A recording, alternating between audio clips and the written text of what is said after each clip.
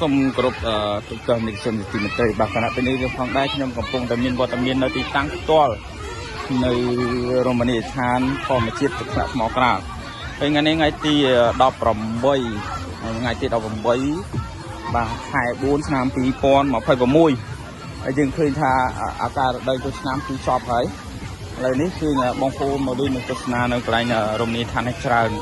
ហើយមានអ្នកខ្លះទៅគឺដាក់ជាក់មកស្ទឹងអញ្ចឹងណាបងប្អូនយើងឃើញថាបងប្អូនយើងសប្បាយរីករាយយ៉ាងខ្លាំងមែនទែនបន្ទាប់ពីបញ្ចប់ការចូលឆ្នាំមកហើយគាត់នឹងមកលេងតំបន់ថ្មក្រាលតែម្ដងហើយយើងឃើញថាបាទអរគុណណាស់ប្រិមិត្តបាទអត់ទាន់ចប់ទេហើយបងប្អូននៅកន្លែងតំបន់មួយនេះគឺបើកលេងឲ្យបងប្អូនមកលេងនឹងទស្សនានៅទីនេះកំសាន្តនៅរីករាយមិនបាត់ថាថ្ងៃណាទេ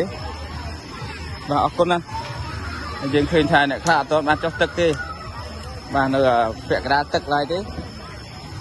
ហើយជាក់នៅមួយបងប្អូនតាមតំបន់ភ្នំធនធានធម្មជាតិតែម្ដងបាទ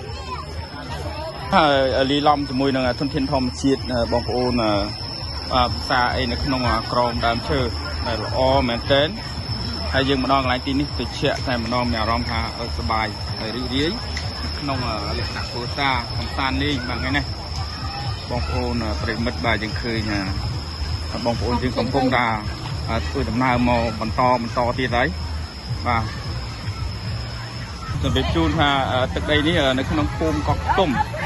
បាទនៅក្នុងស្ថិតនៅក្នុងភូមិកោះខ្ទុំបាទឃុំជាបស្រុកកោះខេត្តកំពង់ឆ្នាំងផងដែរបាទសេដ្ឋកិច្ចនៅក្នុងរមណីយដ្ឋានធម្មជាតិទឹកថ្នាក់ថ្មក្រាលតំបន់ទីឈប់មួយនេះគឺបងប្អូនមកលេងទស្សនារយៈពេលបាទចាប់ពីមុនចូលឆ្នាំរហូតដល់ក្រោយចូលឆ្នាំដល់ថ្ងៃនេះបាទការចូលឆ្នាំម្សិលមិញត្រូវបានបញ្ចប់រយៈពេល3ថ្ងៃតាមប្រពៃណីខ្មែរយើងឥឡូវនេះឃើញបងប្អូនមកលេងច្រើនតែបងប្អូនទីតូចបានទឹកនេះជាក់ល្អតែម្ដងបាទអរគុណណាស់ប្រិមិត្តបាទចាំទស្សនាបន្តទៀតបាទអរគុណម្លឹងទៅឃើញកញ្ចក់នីមួយគឺពេញទាំងអស់តែម្ដងបាទហើយបងប្អូនឲ្យមកលេងនៅទស្សនាកុំភ្លេចណានេះធុងសម្រាប់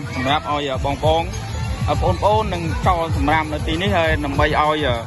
ក្រុមការងារសហគមន៍នឹងយកទៅចោលបាទ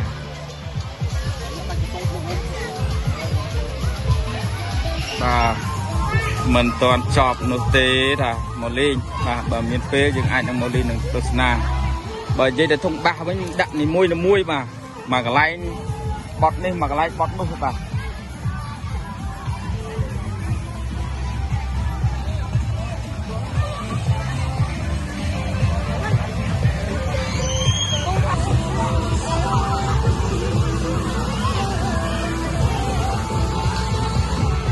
បាទមិនទាន់អស់នោះទេ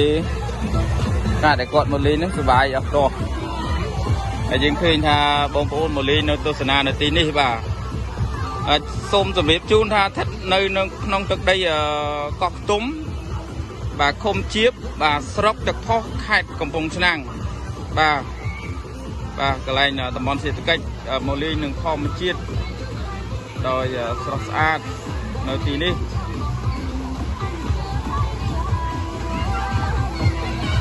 បាទយើងឃើញថាកញ្ចក់នីមួយពេញតែម្ដងបាទបងប្អូនប្រិមិត្តបាទថ្ងៃនេះថ្ងៃទី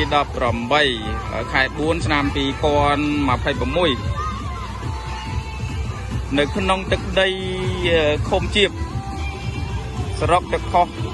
ខេត្តកំពង់ឆ្នាំង